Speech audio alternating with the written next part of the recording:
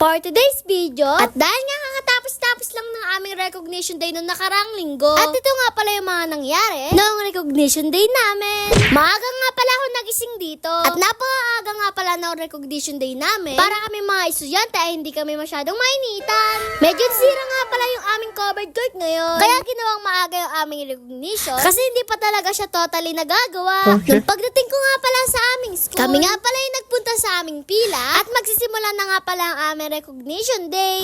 Si daddy nga pala ulit ang aking kasama dito para siya ulit yung magsasabi sa akin ng mga medal ng aking mga nakuha ang award nitong grade 5 ko. Medyo na-excite nga pala ako dito na may halong lungkot kasi na-excite ako dahil magkakaroon ako ng award. Nalulungkot naman ako kasi maghihiwa-hiwalay na naman kami magkakaklase. Sa bawat recognition day nga pala nang nangyayari na to, ganito nga pala ang aking nararamdaman lagi kasi mamimiss ko ang aking mga kaklase.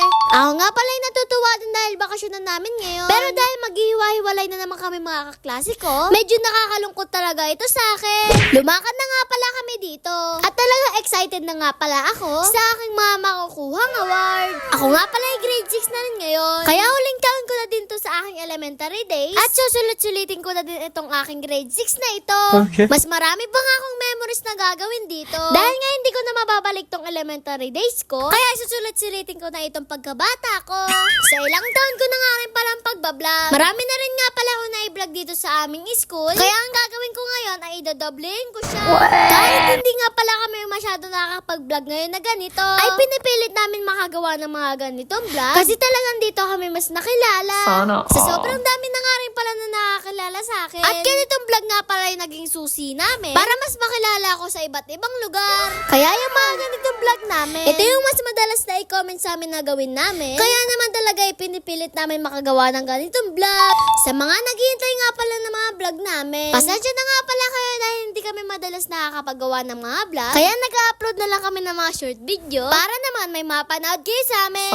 Ako na nga din pala susunod na tatawagin dito. Kaya naman nakapila na kami na aking daddy. At excited na nga rin pala ang aking daddy dito. Pilar, Princess Sabrina A.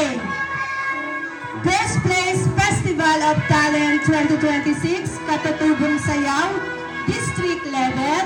First Place Festival of Talents 2026, Division Level. Contact awardee with high honors. Sobrang saya ko nga pala talaga sa mga nakuha kong award. Dahil nga pala ako yung nagsumikap dyan, kaya nakakuha ko ng mga ganyang award. Hindi nga pala mangyayari to hindi dahil gawa ng aking mga teacher. Kasi sila ang masugid na nagtuturo sa amin. At yung pasensya nga pala talaga nila sa amin ay sobrang haba. Sana itong grade 6 nga pala namin na darating ay mas marami pa akong makuha ang award para naman ang aking mga magulang ay sobrang maging proud sa akin. Sa mga hindi nga pala nakakuha ng award dito, okay lang naman yan. Basta alam niyong ginawa niyo yung mga best ninyo at sobrang dami pang panahon na pwede kayong bumawi. Kaya sa lahat ng hindi nakasali dito sa recognition day, huwag kayong mawawalan ng mga pag-asa. Alam ko makakabawi din kayo sa ibang mga panahon, kaya magtiwala lang kayo sa inyong sarili.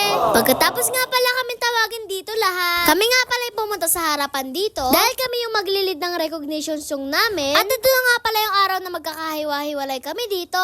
Maraming salamat nga pala sa mga naging kaklase ko. Kung hindi man tayo magiging magkaklase ngayong grade 6, sana yung friendship natin ay nandun pa rin. Kasi hindi ko makakalimutan yung ating mga tawanan at kwentuhan at lalong-lalo na yung pagiging makulit natin. Maraming salamat nga pala sa mga naging teacher ko. At talagang sobrang dami ko nga pala natutunan sa inyo. At talagang tumayo kayo sa amin ng pangalawang magulang. Alam kong hindi ako perpektong estudyante. Pero dahil sa pagdidisiplina nyo at pagtuturo sa akin, ay sobrang dami ko talaga natutunan sa inyo. Kaya sa aking mga ma'am at sir, maraming salamat nga pala sa inyo. At sa grade 5 pin niya nga pala, is na officially signing off na nga pala talaga. Hindi ko talaga kayo makakalimutan. Kaya sa mga giging kaklase ko ngayong grade 6, sana mas matibay na pagiging magkakaibigan. Dahil ito na nga pala yung huling-huling tapak natin sa elementary. Kaya sulit-sulitin na talaga natin ito.